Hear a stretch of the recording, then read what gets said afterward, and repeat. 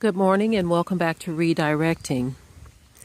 I have a message that just kind of came to me this morning. I don't know if it's for anyone in particular or maybe it's for all of us, but we need to begin to be very careful about who we allow into our lives.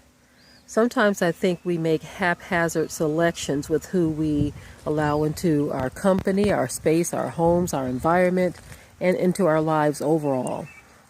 We've got to start asking ourselves some very important questions. Whenever we meet someone, or if someone from your past resurfaces, we need to understand that it's important that we fortify good relationships and that we don't allow non-productive or bad relationships or toxic relationships to even occur in our lives. They are soul draining, time draining, and they are a spiritual drain on you as well. And so we need to really focus our attention when people come into our environment. Is this a person that is going to add to or take away from my life? Sometimes we feel the need to give people a chance because of some Christian doctrine that may be lingering in our heads. We may see obvious signs of certain things and we just, again, allow people into our lives or our space thinking that they have a right to be there. First of all, no one has a right to be in your life or a right to be in your space if they are not your children or your family or your spouse. Now, even with family, not speaking of your immediate family that is in your home, but even with family, no one has a right to dominate your time and space. If they are toxic or if they are draining or if they have a spiritual impact on your lives. And so we need to be very careful on this because in this day and time, so many things are happening and there's much preparation to be made for the coming months and years. And when you allow spiritually draining people or toxic people into your life or your environment, that can result in major setbacks. Major setbacks. Now understand, when I speak on these things, this is to cause you to think, because I also know, we speak about this on the Watchman Reports channel, that this is a book that's already written. This is a movie script that's being played out, so the parts are already set, okay? It's even set that I'm speaking to you right now about this subject, and your course of action after this is even set. So what I'm saying is everything is already predestinated. And so I'm speaking to you because this message is meant to encourage someone to take the right course in their lives. Because if you don't understand what a toxic relationship can do to you, you will learn the hard way. Sometimes it could mean a total disconnect from your mental capacity. I've seen people who allow, say for instance, certain men or women into their lives and try to form some type of intimate relationship with them. And if the relationship was not meant to be, or if it's toxic or whatever, some people have literally lost their minds because they allowed another person to take them there. And so essentially, the ball is in our court. As individuals, the ball is in our court to make sure that we are not allowing toxic people into our space, our lives, our mind. Because guess what? People can also occupy mind space. It doesn't have to be your physical space. But if you are allowing others to occupy mind space and it's a negative experience for you, that is time consuming, is soul draining, and it has an ill effect on you, on your body, on your health.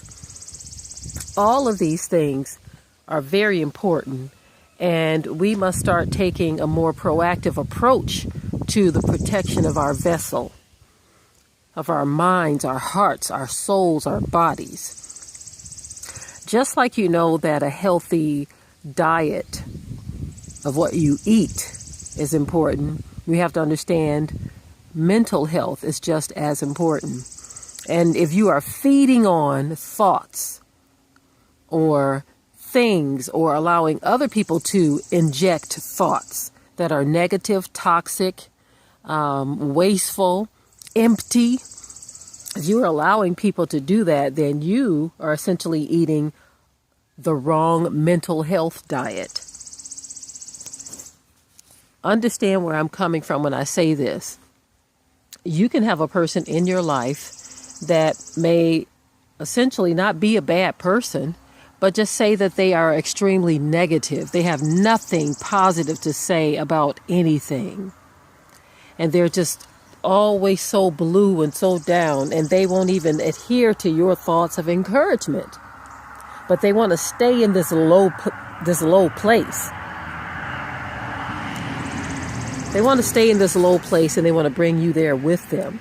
Now, this could be someone that you love, someone that you care about. It doesn't matter. But if a person wants to remain in that low place and they are not trying to be elevated, they are toxic. I'm sorry.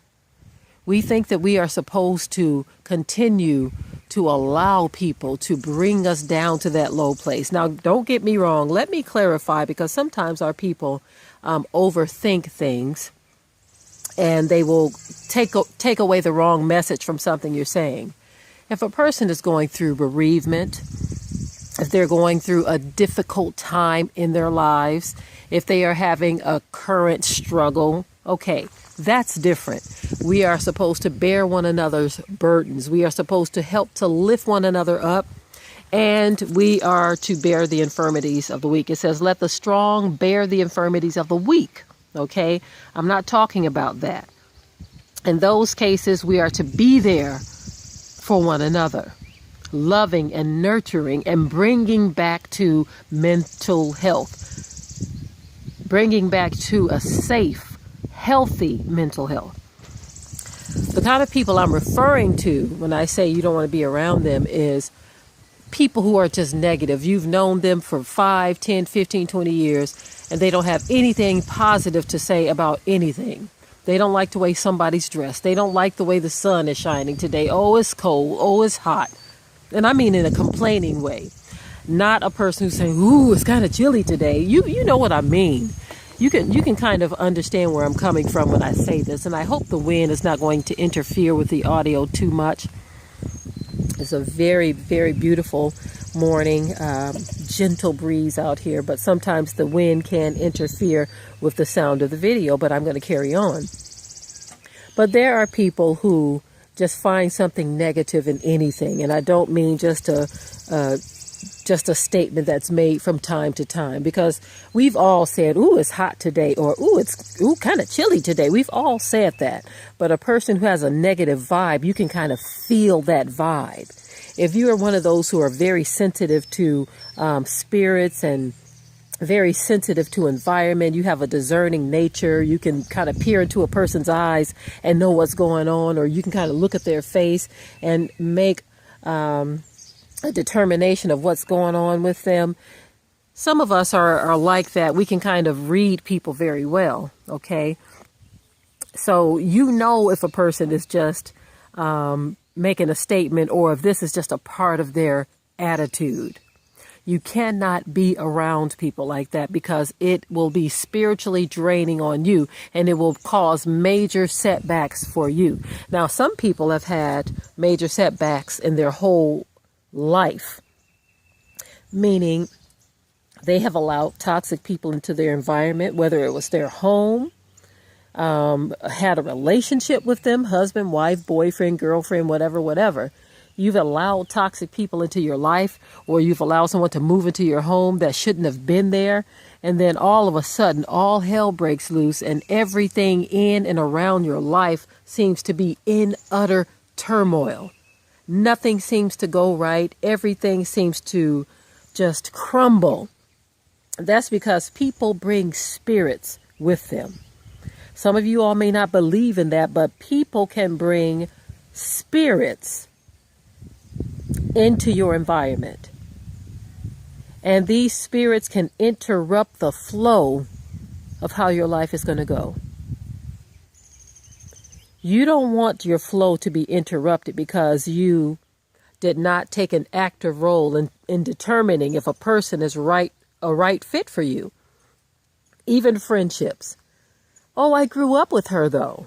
But if she offers nothing to your relationship, you have got to cut her off. If you have a friend, it's a guy, and he's offering nothing to the relationship, nothing to you, cut him off. We don't like to hear that. We think that we're supposed to ride with people regardless to what they do and how they live or anything like that. But that is not how it's supposed to be, family. When you are in protection mode and you are protecting yourself, your family, your environment, then you tend to let go of those docile thoughts of thinking that you're supposed to, oh, this is my friend. I grew up with him. This is my next door neighbor. He stayed next door to grandma. I've known him all my life. Sometimes people, you might run into them on the streets and they think, oh, since we ran into each other, we are supposed to occupy each other's space and time. We are supposed to keep in touch. Some people you're not supposed to keep in touch with. I'm sorry. If someone has gone off on the deep end with their life and they're not trying to improve, they have no interest in doing right, they have no interest in being a viable citizen, they have no interest in being fair to people, no interest in even improving their own selves. Sometimes you have to cut them off.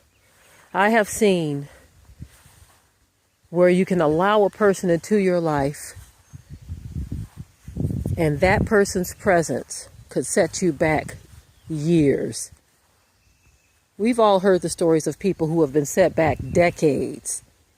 Now, in those situations, that's usually where you've entered into a marriage to where you felt drained throughout that whole thing. You only felt a few moments of happiness, but it all disappeared quickly. So we've all heard of those stories. But for those of you, I'm going to speak to those of you who are younger right now. Those of you who are younger, you can listen to this information and take it to the bank. You don't owe anyone your time. If they are not worth your time, oh, these blueberries are starting to look really good. If they are not worth your time, then cut it off. No one is owed your time. But you do owe it to yourself to make wise choices and decisions. Because if you make the wrong choices, then you are the one responsible. I'm going to say that again. If you make the wrong choices, then you are the one that's responsible for whatever happens in your life as a result of you allowing toxic people to enter into your environment. If you allow toxic people in,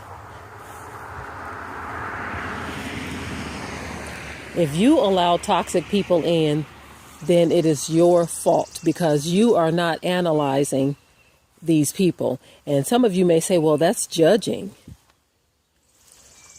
Well, think about those who have allowed people into their lives and it ended their lives. Get what I'm saying here? We've got to get past these Christian thoughts of thinking that come what may, we're supposed to do this, that, and the other for another person. But sometimes people are sent by the enemy. Some people are sent by the enemy to cause an interruption of your flow. But if you allow them to, then ultimately it falls right back on you because you allowed it. So I think we need to think about who we allow into our lives. We need to teach this to our children. It's very important that we teach our children life and relationship skills as well, because think about this. How many times have we coming up, those of us who are adults, how many times have we coming up had this little friend that we thought was just a good friend? They come around your home, your family. Then next thing you know, they're stealing from you.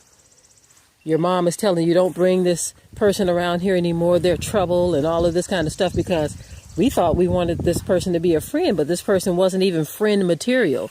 Stealing from you, breaking stuff, coming to your house, having fights with this person. So even our children need to know and understand how to form healthy relationships so that they are not someone's victim. Are we setting our children up to be victims when we have or allow them to have docile mentalities when it comes to forming relationships? Are we setting them up to be victims? Life skills, I believe, is one of the least taught in many households. This is because we have this haphazard way of living, this haphazard way of thinking, this haphazard way of believing.